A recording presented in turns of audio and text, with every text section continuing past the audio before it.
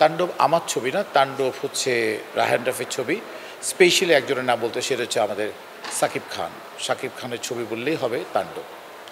সাড়া পাচ্ছি বেশ, কারণ হচ্ছে নিউ ইয়র্কে এক সপ্তাহ না 2 সপ্তাহ আগে রিলিজ হয়েছে। নিউ ইয়র্ক থেকে আশেপাশেই যেসব সেন্টারে দেখা যাচ্ছে সবাই ভীষণভাবে বাহবা দিচ্ছে, সাধুবাদ দিচ্ছে, ভীষণ উচ্ছ্বাসিত।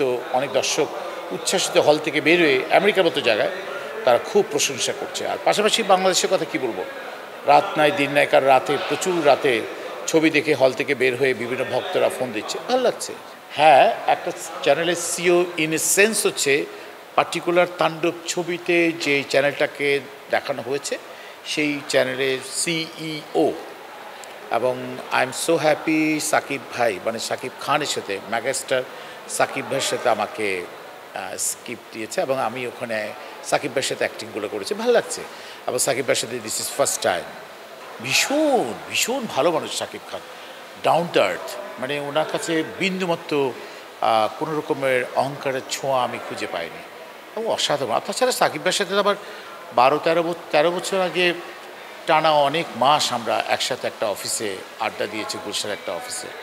তো তখন থেকেই সাকিব ভাইয়ের সাথে আমার খুবই ভালো সম্পর্ক ছিল। 13 বছরের কালের বিবর্তনে অনেক চেঞ্জ হয়েছে এবং সাকিব ভাই আকাশে উড়ে, সে মানুষটা যে আমাকে হঠাৎ করে দেখে এফডিসি 2 নম্বর ফ্লোরে যে চিনে ফেলবে, এটা আমি কিন্তু ভাবতেই পারিনি।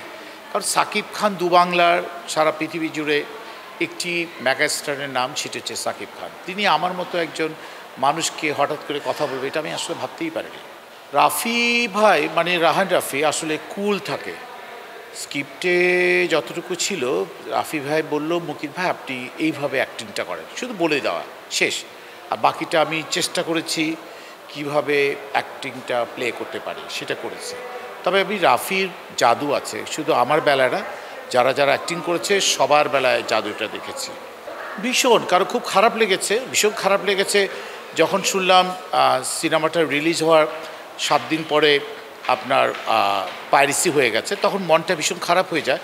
যে ছবির জন্য সারা পৃথিবী জুড়ে বিভিন্ন জায়গায় আমেরিকা সহ বিভিন্ন জায়গায় ছবিটি চলছে, সাথে সাথে সেটি যদি পাইরেসি হয়ে যায়, তো রাফির কষ্টর সাথে সাথে আমরা যারা অ্যাক্টিং করেছি তাদের কষ্টখানি কতটুকু লেগেছে বুঝতেই পারছেন।